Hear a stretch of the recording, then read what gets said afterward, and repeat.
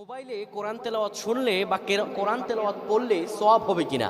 অনেকেই আমরা মোবাইলে কোরআন তেলাওয়াত করি এবং কোরআন তেলাওয়াত শুনি, এ থেকে আমরা সওয়াব হবে না গুনাহ হবে। আজকাল সব কিছু কেমন যেন একটি নিয়মতান্ত্রিক বিষয় হয়ে গিয়েছে। আমরা সবাই ফিজিক্যালি কোরআন শরীফ পড়তে চাই না, মোবাইলে অনেক সময় আমরা বেশিরভাগ সময় কোরআন শুনি এবং কোরআন পড়ি। এ থেকে আমাদের সওয়াব হবে, আমল নামায় কি সওয়াব বাড়বে নাকি এর জন্য আল্লাহর কাছে জবাবদিহি করতে হবে?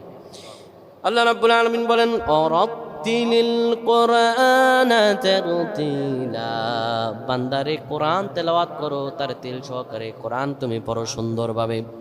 এই কোরআন আল্লাহ রাব্বুল আলামিন মানুষের জন্য হেদায়েত দিয়েছেন।